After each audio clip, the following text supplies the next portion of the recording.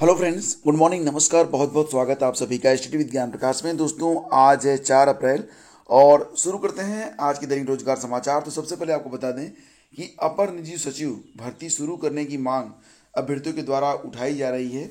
तो यहाँ पर खबर ये है कि अपर निजी सचिव भर्ती शुरू करने की मांग को लेकर अभ्यर्थी 5 अप्रैल को लोक सेवा आयोग में ज्ञापन सौंपेंगे और ये खबर अलग अलग समाचार पत्रों में भी प्रकाशित हुई है।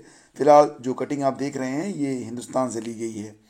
और जैसा कि यहाँ पर आप देख रहे हैं कि आयोग लंबे समय से भर्ती शुरू नहीं कर रहा है, इस कारण तमाम अभ्यर्थी ओवर एज हो रहे हैं। तो इस भर्ती को तत्काल शुरू किए जाने की मांग की जा रही है। और जैसा कि आप जानते हैं, ये जो भर्ती होती है इसको जो है यूपीपीएससी के माध्यम से करवाया जाता है। और अगली खबर ये है कि राज्यपाल को पत्र लिखकर मांगी इच्छा मृत्यु। तो ये खबर लखनऊ से है। और प्रदेश में सहायक अध्यापक के 69,000 पदों पर भर्ती में एससी व ओबीसी वर्ग के अभ्यर्थियों ने शनिवार को राष्ट्रपति व राज्यपाल को पत्र लिखकर इच्छा मृत्यु की मांग की है। अभ्यर्थियों का आरोप है कि भर्ती में उनके साथ आरक्षण के साथ खिलवाड़ किया गया है। उन्हें 27 की जगह मात्र 3.86% आरक्षण मिला, जबकि एक विशेष वर्ग को फायदा पहुंचाया गया है। तो ये खबर भी हिंदुस्तान के प्रयागराज एडिशन में आज प्रकाशित हुई है। और इसी के साथ आपको याद दिला दें कि अगर आपने अभी तक असिस्टेंट प्रोफेसर उत्तर प्रदेश में जो असिस्टेंट प्रोफेसर की वैकेंसी चल रही है, तो उसमें अगर आपने अभी तक आवेदन नहीं किया है तो आप जो है अब देर मत करिए। लास्ट डेट आवेदन के लिए 12 अप्रैल है, जबकि फॉर्म को आप 13 अप्रैल तक कंप्लीट कर पाएंगे। और फ्रेंड्स, इसकी परीक्षा में भी बहुत अधिक समय नहीं है। कुल पदों की संख्या 2003 है और इसकी जो परीक्षा होनी है तो उसके बारे में खबर ये निकल के आ रही है कि इसका जो रिटन एग्ज़ाम है वो 26 मई को हो सकता है। ये परीक्षा जो है वो 26 मई को हो सकती है। तो इसके लिए जो आवेदन थे वो 3 मार्च से शुरू हुए हैं और फिलहाल 13 अप्रैल तक लास्ट डेट है अप्लाई करने के लिए, लेकिन 12 तक ही आपको जो है रजिस्ट्रेशन का मौका दिया जा रहा है। तो रजिस्ट्रेशन आप अपना 12 अप्रैल तक कंप्लीट कर लें। और आर के लिए अगर आपने अभी तक आवेदन नहीं किया है किन्हीं कारणों से, तो कल लास्ट डेट है। डेट जो थी बढ़ा दी गई है। पदों की संख्या कुल 337 है। 18 से 40 वर्ग के जो अभ्यर्थी हैं नियमानुसार 5 वर्ष की छूट भी है अगर आप SC ST या फिर OBC से आते हैं। और फीस मात्र 125 रुपये है मैक्सिमम। upsc.up.nic.in पर जाकर आप इसमें आवेदन कर सकते हैं। और आपको बता दें थोड़ा सा इसके बारे में कि अगर आप ARO के लिए आवेदन करना चाहते हैं तो आपके पास O लेवल या इसके समकक्ष होना चाहिए कोई एक सर्टिफिकेट, लेकिन RO के लिए सिर्फ आपका सामान्य स्नातक होना ही पर्याप्त है। कुछ विशेष पद भी इसमें हैं जिस पर विशेष एलिजिबिलिटी मांगी जाती है, लेकिन यहाँ पर जो विशेष पद हैं उसी के सापेक्ष यहाँ पर आपसे पूछा जाएगा कि अमुक जो जैसे कि हिंदी में या फिर उर्दू में आपने स्नातक किया है, या फिर कुछ पद ऐसे भी होते हैं जहाँ पर इकोनॉमिक के बारे में आपसे सलाह ली जाती है, LLB के बारे में। तो अगर वो चीज़ें आपने की हैं तो संबंधित पदों पर आप आवेदन कर पाएंगे, नहीं तो जो सामान्य स्नातक के पद हैं उस पर आपका जो फॉर्म होगा वो ऑटोमेटिकली मान्य हो जाएगा। 5 अप्रैल लास्ट डेट है। इसमें एक प्री की परीक्षा होती है। प्री में आपका GS होता है और GS के अलावा हिंदी का पेपर होता है। GS के 140 प्रश्न और हिंदी के 60 प्रश्न होते हैं।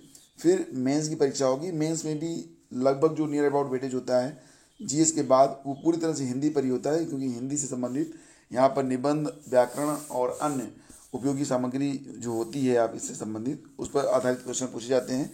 इंटरव्यू नहीं होता है। तो यहाँ पर इसीलिए यही वजह होती है कि RO के लिए अभ्यर्थी लंबे समय तक इंतजार करते हैं। आवेदन करना चाहते हैं तो कल लास्ट डेट है। आवेदन जल्दी से जल्दी पूरी कर लीजिएगा। मई में पूरी हो जाएगी यूपी बोर्ड की परीक्षाएं, कार्यक्रम 1-2 दिन में। तो खबर है कि प्रदेश में पंचायत चुनाव को देखते हुए यूपी बोर्ड की हाई स्कूल और इंटर की परीक्षाओं के कार्यक्रम में बदलाव किया जा रहा है। बोर्ड की ओर से पंचायत चुनाव पूरा होते ही परीक्षाएं शुरू हो जाएंगी। बोर्ड की ओर से हाई स्कूल और इंटर की परीक्षाएं मई में पूरी कराने की तैयारी है। सूत्रों की माने तो परीक्षा कार्यक्रम को अंतिम रूप दिया जा रहा है। 1-2 दिन में इसकी घोषणा हो जाएगी कि परीक्षा कब से शुरू हो रही है। पहले परीक्षा जो थी वो 24 अप्रैल से 12 मई के बीच होनी थी, लेकिन जैसा कि आप जान रहे हैं कि 3 अप्रैल से शुरू होकर और पूरी चुनाव प्रक्रिया 2 मई तक पूरी होने के बाद सरकार ने यूपी बोर्ड परीक्षा कराने का फैसला किया है। सूत्रों की माने तो नए कार्यक्रम के अनुसार मई के पहले हफ्ते से यूपी बोर्ड परीक्षाएं शुरू होकर मई के अंतिम सप्ताह तक पूरी हो जाएंगी। तो ये है पूरी खबर। और जैसा कि आप जानते हैं कि यूपी बोर्ड 2021 में हाई स्कूल इंटरमीडिएट की परीक्षा में कुल 56,03,813 छात्र छात्राएँ शामिल होंगी। और फ्रेंड्स, ईमेल ऑफलाइन माध्यम से स्वीकार होंगी कापियाँ, बात यहाँ पर हो रही है। इलाहाबाद विश्वविद्यालय में परीक्षाएं शुरू हो गई हैं और पहले ही दिन जो ऑनलाइन व्यवस्था थी वो ध्वस्त हो गई, क्योंकि यहाँ पर जो 45 मिनट का समय अतिरिक्त समय दिया गया था अभ्यर्थियों को अपनी कॉपी को स्कैन करके उसकी पीडीएफ को वेबसाइट पर अपलोड करने के लिए। तो जैसे ही मतलब परीक्षा समाप्त हुई, एक साथ बहुत बड़ी संख्या में अभ्यर्थियों ने वेबसाइट को ओपन किया तो वेबसाइट क्रैश हो गई। इसके बाद किसी का भी जो मतलब पीडीएफ थी, कॉपी थी, वो जमा नहीं हो पा रही थी, सबमिट नहीं हो पा रही थी। इसको लेकर अभ्यर्थी जो थे वो परीक्षा नियंत्रण जो कार्यालय है वहाँ पर पहुँचे। तो यहाँ पर ये कहा गया कि ठीक है, अब जो अभ्यर्थी होंगे उनकी ऑफलाइन माध्यम से भी कापियाँ स्वीकार होंगी।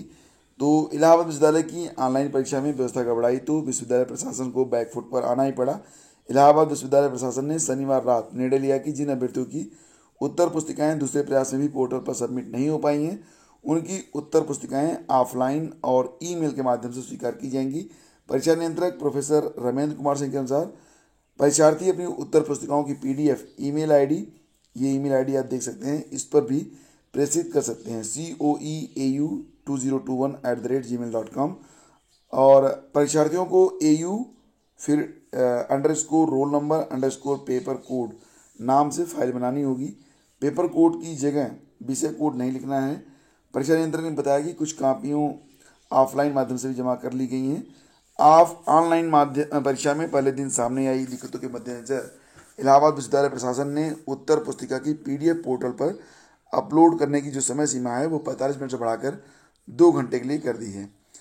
और यहाँ पर जैसा कि आप जान रहे हैं कि UPPCS 2020 का जो इंटरव्यू चल रहा है, तो उसमें कुछ ऐसे प्रश्न पूछे जा रहे हैं। अगर आप UPPCS की तैयारी कर रहे हैं तो इन प्रश्नों से आपको रूबरू जरूर होना चाहिए।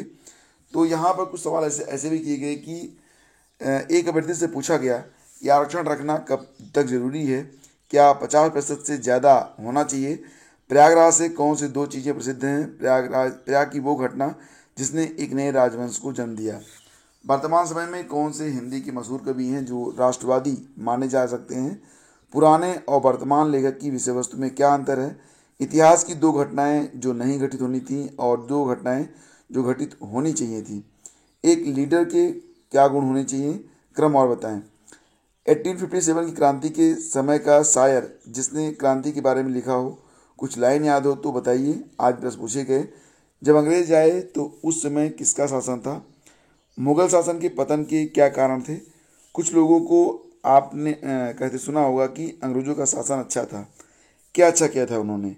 गीत और कविता में क्या अंतर है, पोस्ट कार्ड कितने का है जैसे प्रश्नों के अलावा नीति आयोग और RT-PCR, नई स्वास्थ्य योजनाओं, कबीर, निराला, अजातशत्रु आदि की रचना के बारे में भी सवाल पूछे गए। तो मिला जुलाकर ये है कि आपका जो प्रेजेंस ऑफ माइंड है और वर्तमान में जो घटनाएं घटती हैं उससे आप कितने अवेयर हैं, इससे आपको आप कितना जो है उस पर अच्छा सटीक जवाब दे सकते हैं, इस पर आधारित क्वेश्चन आपसे किए गए। फिलहाल फ्रेंड्स, ये थी आज की सारी updates. Thank you so much for watching the video. मिलते हैं आपसे अगले वीडियो में। आगे दीजिए, नमस्कार, जय हिंद।